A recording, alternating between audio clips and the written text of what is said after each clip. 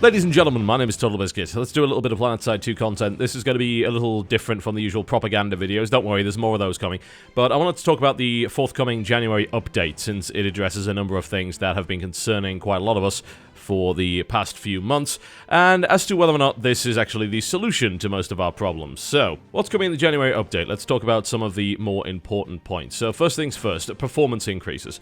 So, this has been something that's been a problem since the alpha and continues to be an issue to this day. And obviously, performance problems hurt pretty much every game that has them. When it comes to free-to-play games, they generally reduce the longevity of players' playtime, usually because they aren't enjoying the game anywhere near as much as they should be. In any kind of competitive game, it hurts even more because you are dealing with the notion that you're going to have to do fast-paced FPS combat at 30 FPS or lower on some systems. When it comes to a game with a lot of scale, like an MMO, performance problems hurt even more then, because once you start getting a big army going, a lot of stuff on the screen, that can drag the game down to a crawl as well. So both of these combine to make an absolute nightmare for anyone trying to develop an MMO FPS. It's probably why most people don't do it. So any performance increases that we're getting would be good. The post indicates general performance increases, particularly for lower-end GPUs. Now, it's been known for the most part that this game is currently CPU-bound, and that the GPU situation is not really that bad. We actually have a lot of people using lower-end GPUs and successfully getting really good performance, relatively speaking, because they happen to have a powerful CPU. But one way or the other, any performance increase would be a good thing for the game. Personally, I can play the game, but obviously I'd prefer it to be better than it currently is. Everyone wants more performance, right? This is not exactly a controversial issue. Now let's move on to experience system enhancements, which includes a few different parts. There's going to be a dynamic experience system for player kills. Players that have more kills on their current life are worth more experience, so it's essentially a bounty system. Freshly spawned players will be worth a fraction of the current kill amount. You will also get partial damage experience for dealing damage to vehicles that you don't end up killing. This is a very good thing indeed. Population XP and resource bonus based on continent population instead of global.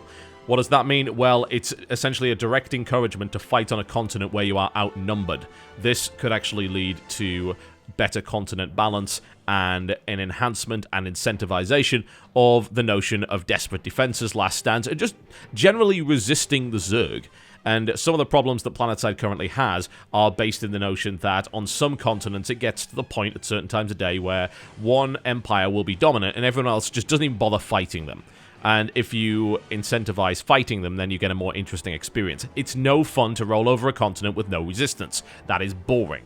We also have a better display of XP sources for things like defensive bonuses and population bonuses. Once again, that's part of the incentivization process. If you make that stuff more prominent and obvious, then people will pursue it. Most people don't even know that you actually get a 15% bonus to experience based on the fact that you're defending a facility you own. So that in itself is a reason not to bother defending, because you don't know what the benefit to it is. Experience, of course, gives you more certifications. Those of you who don't know, it ups your battle rank, which is actually not that important at all. It's just mostly a cosmetic thing. But more importantly, the more experience you're getting, the more certifications you will also receive.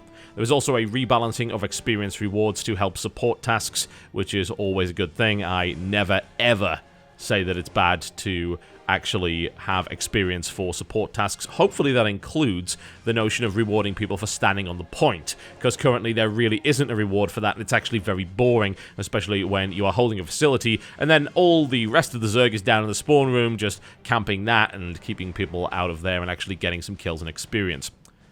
Alright, all of this is pretty good news, honestly, because one of the biggest problems that Planetside currently has is that the defensive metagame, as it were, is not well developed.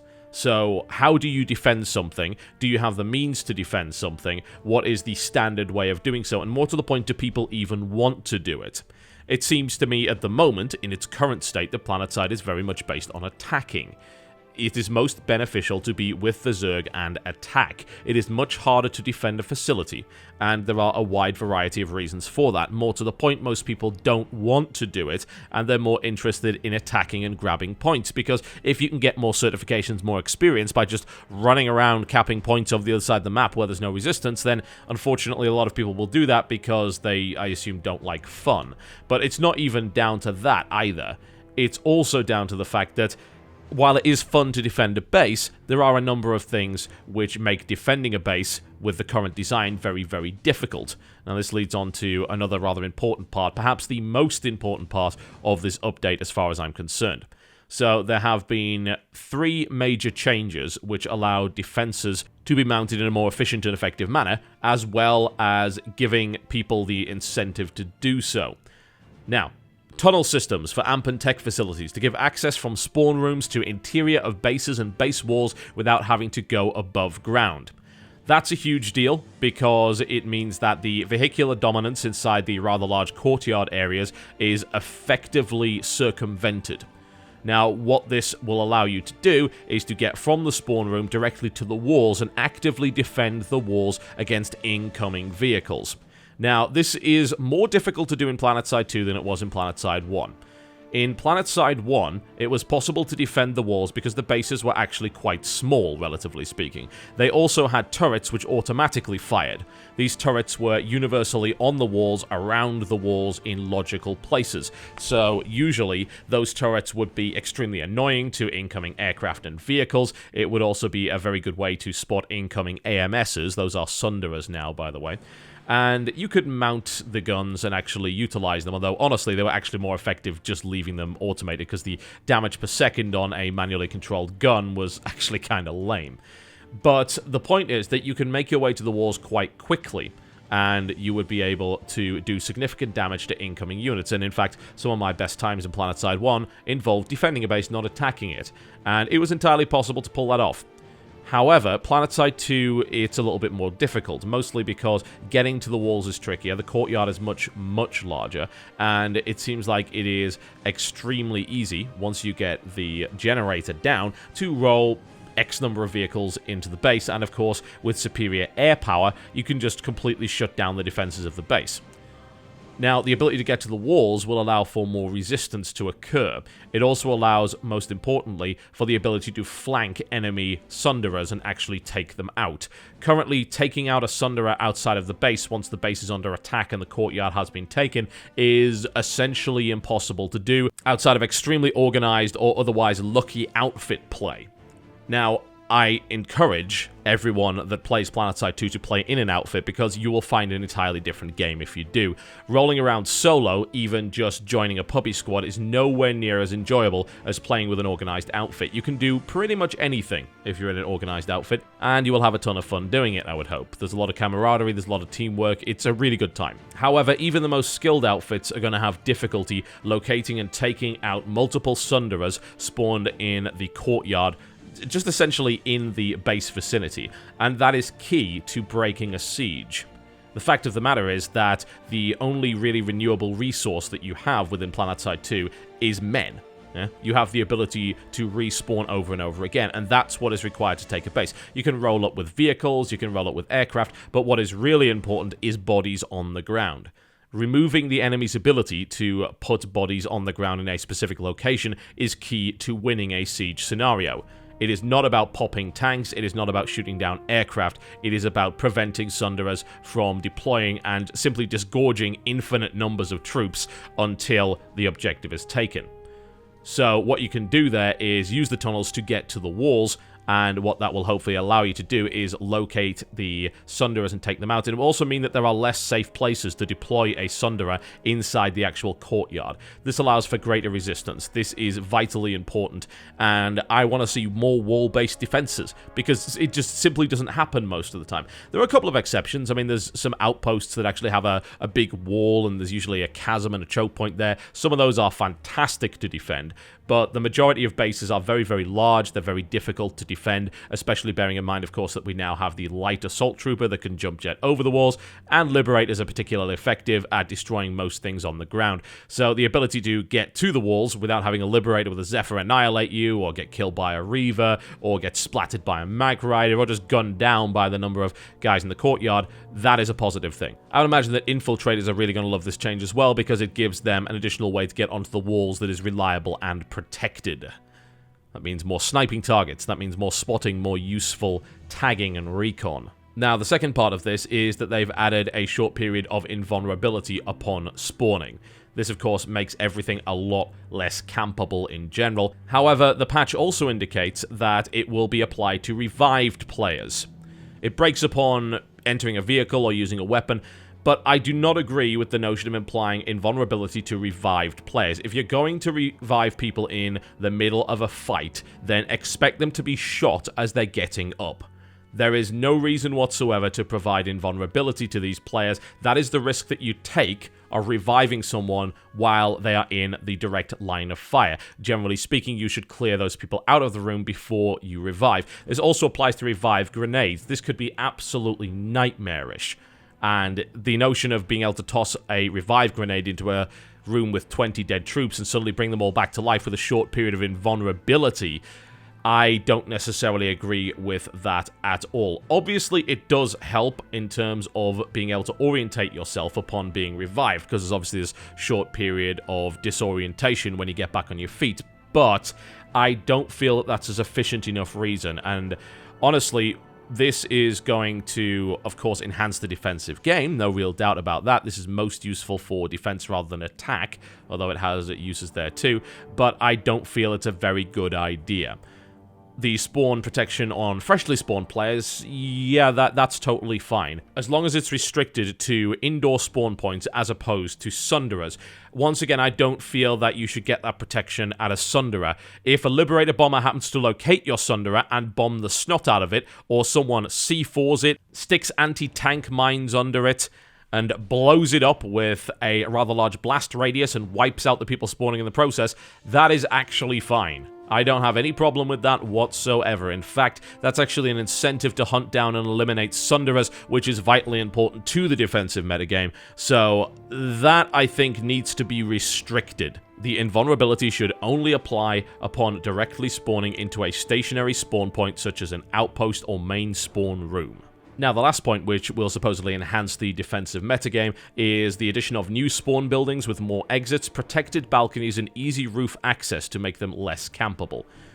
Now, that's pretty damn important, considering that an awful lot of outposts in this game are very, very easy to camp. Usually they only have 2 exits. A lot of them don't actually have the ability to get onto the roof directly from inside the spawn room, which generally results in a lot of turrets being set up, a lot of tanks, HE lightnings, that kind of thing, or even rocket-equipped Reavers, Mosquitoes, Scythes, and of course Liberator gunships being set up in such a position that they can farm anyone leaving the area. This completely and totally eliminates the ability to sally forth and actually break a siege on a smaller facility, which once again favors the attackers far more than it favors the defenders. This, as far as I'm concerned, is definitely a positive thing indeed. I certainly want to see these new spawn buildings. Protected balconies is a fantastic idea. That gives you the ability to get up there with HA and start firing rockets at the enemy tanks and vehicles. It also gives the ability to snipe from a protected position with a height advantage as well as a cover advantage that the attackers on the ground do not have. So all of that, yes, absolutely, 110%, that is a good thing. There's also a couple of other changes that I'd like to highlight that are very useful. First, sortable columns on outfit management and the addition of the last online column. Thank God! Oh, you have no idea how much of a pain in the arse this has actually been for our outfit. We've been trying to get rid of inactive so we could bring new people in and make sure we have an active outfit. Yeah, good luck with that without the ability to actually track when they've last been online. So that will lead to some heavy recruitment for Let the Brit drop, so that's very good indeed. And, of course, it allows you to actually find people on the list for once, because that's a nightmare when you have so many players. Alright, and also we have the server transfer token being available in the depot. That's paid server transfer, as you might imagine. I don't know how much this costs, honestly. I don't have a clue how much they want to charge, whether they want to give the first one free. They've also got to be pretty careful with this, and the reason being that, unlike games like, say, World of Warcraft, it's pretty important for there to be a fairly balanced population on a server, because if there isn't, then it's actually a hell of a lot less fun. There are no cross-server battlegrounds here, and I know our server has some problems in terms of having too many Terran Republic guys, but that's not as big a deal as you might think, because you're still a up against 2 other factions. That's not too bad. The main problem would be is if you had a lot of players jumping server because they felt that their empire was underrepresented and they wanted to go to a server where it wasn't, because then you have this nasty snowball effect where some people start leaving, then suddenly the dam bursts and it becomes a flood of people trying to get away, at which point you have a dead server. So yeah, that's never a good idea at all. So we'll see how that turns out. Hopefully it's not too expensive. It would also be nice for them to actually give an outfit-wide discount for this, the ability to move your outfit. I don't mind it costing money in this situation, because it is important to ensure that the servers remain balanced, more so than in other MMOs. If you don't have a balanced server and it gets too extreme in one direction, then all manner of horrible things can end up happening there. It's also nice to be able to move to actually play with your friends. So that's pretty good. There's also going to be UI changes to emphasize score per minute as a primary metric of player comparison. This is not KD. This is something I've been pushing for a long time, and I'm not the only one to believe this. There's a guy by the name of Buzzcut Psycho. You're probably familiar with him. We've had a few spats in the past. He leads a large outfit by the name of the Enclave, and we have disagreed on many things, but what we do not disagree on is the notion that Planetside 2 currently emphasizes KD. That is the leading statistic. That is what you find all over the UI. That must not be the case. The reason is that it encourages very poor quality of gameplay. It encourages very specific kinds of behavior. What SOE are trying to do here is obviously a little bit of social engineering to change people's player behavior without actively changing the game itself.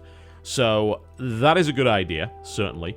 Bear in mind that kill-death ratio really makes absolutely no difference whatsoever in a game where you have infinite respawns, and killing people is actually not that useful. I mean, they're going to come back very, very quickly. There's not really a lot of penalty.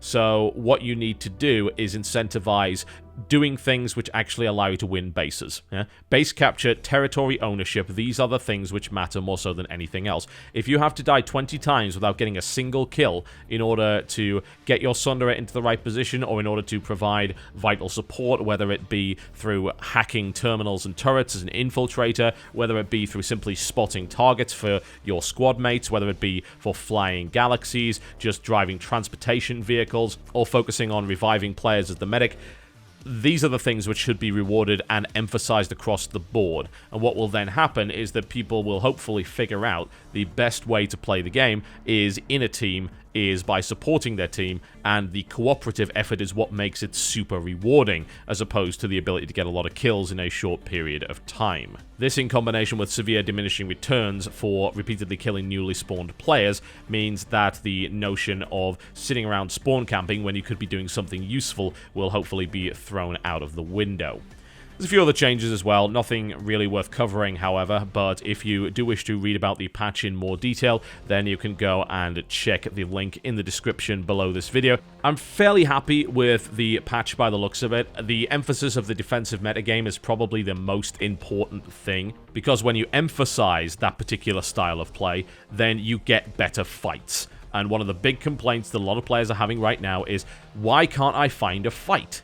And it's very difficult to do that, especially outside of an outfit. If you're in an outfit, you can locate where the enemy Zerg is, you can get ahead of them, and you can start harassing them and ambushing them, doing all sorts of cool stuff. But you can't really do that on your own, and you certainly can't do that as part of the main Zerg. And let's be honest, rolling around, killing a couple of guys every now and again, and just taking a bunch of territory when there's no real resistance, this is boring. This is not fun. This is not what Planetside's all about. All of the great moments in Planetside 1 have always involved a big defense. Always. And currently Planetside 2 is not designed in a way to reward that. There are a wide variety of reasons, a lot of them are being addressed here. Hopefully they'll do a few more things when it comes to tweaking the way that bases are actually set up, but I certainly feel that the tunnels and things like that are a big deal, as are, of course, the remodeled spawn rooms and buildings, which will hopefully make the defense of outposts, towers, and smaller territories more interesting as well. Alright folks, there you go. There's a little bit of an update on the coming Planetside patch. They are looking to get this out by the end of January, so let's see what comes there. And if you've stumbled across this video and managed to get this far without playing the game, one, why? And secondly, go sign up in the link in the description below this video. It is, of course, free to play. Thank you very much, folks, and I will see you next time.